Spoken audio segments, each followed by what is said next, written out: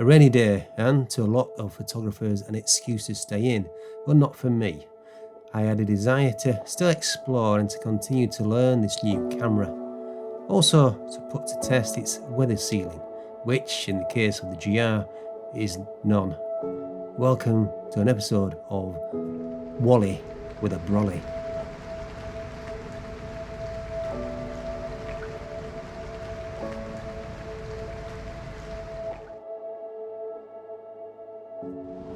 I can't resist a good curvy line, and this is a great example.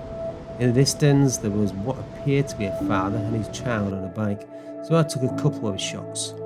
One where the path took dominance, and another with the child and assuming father closer up, shot with an intentional slower shutter speed to emphasise the movement. Now, I don't want to go too much into my settings, but I think it's important to share if you're a fellow GR3 user. I mentioned last time in my video that I was using a user-defined mode, which is basically set up for my, let's say, close people stuff, crowds, for that quick instant fire, using f8 500th of a second, which is relatively quick, and then auto ISO. So the problem I found with using that last week and probably today is that the conditions are fairly lowish light. So some of the images I showed you last week was incorporating quite a high ISO. In some cases, in this image here, 6400, which to be fair, it handled it very well. Not too much grain, but grain was still unavoidable.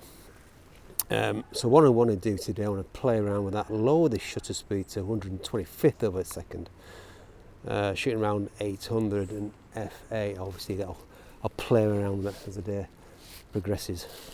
So I moved over to aperture priority f8. I might move back manual, we shall see. Now, I did like how it turned out last week with the inclusion of people. It wasn't crowded, not overcrowded at all. Very quiet last week, as a few of you have commented already.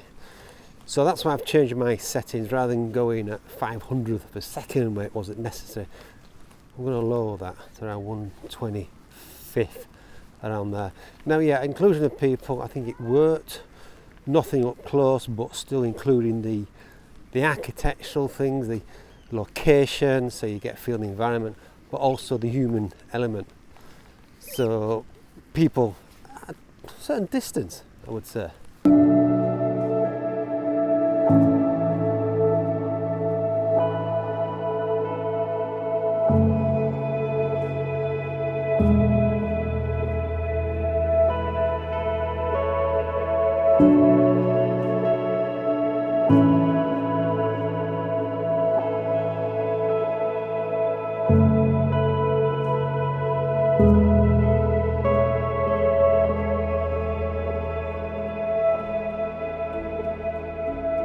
So what I want to keep on doing is return to certain compositions, and I've got this one in mind, which includes these stairs, lovely mid-19th century stairs which leads us onto the mill itself. It goes in diagonal.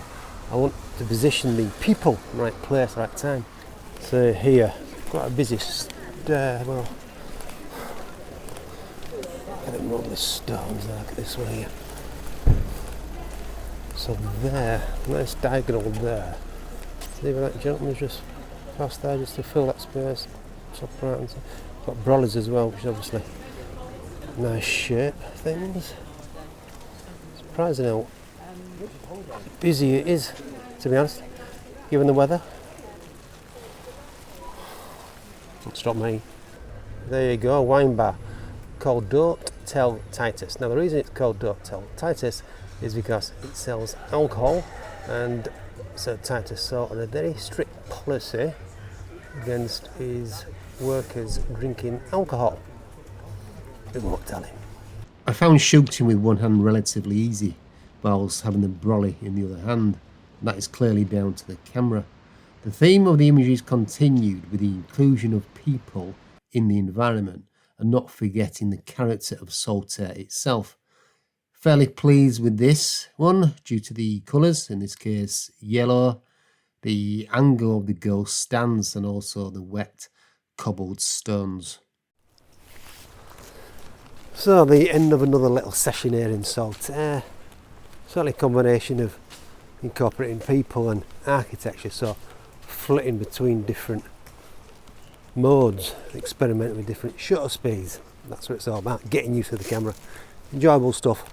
As before, I'm going to add all the photos to the, say all of them, I'll choose my favourite, add them to my gallery, my website.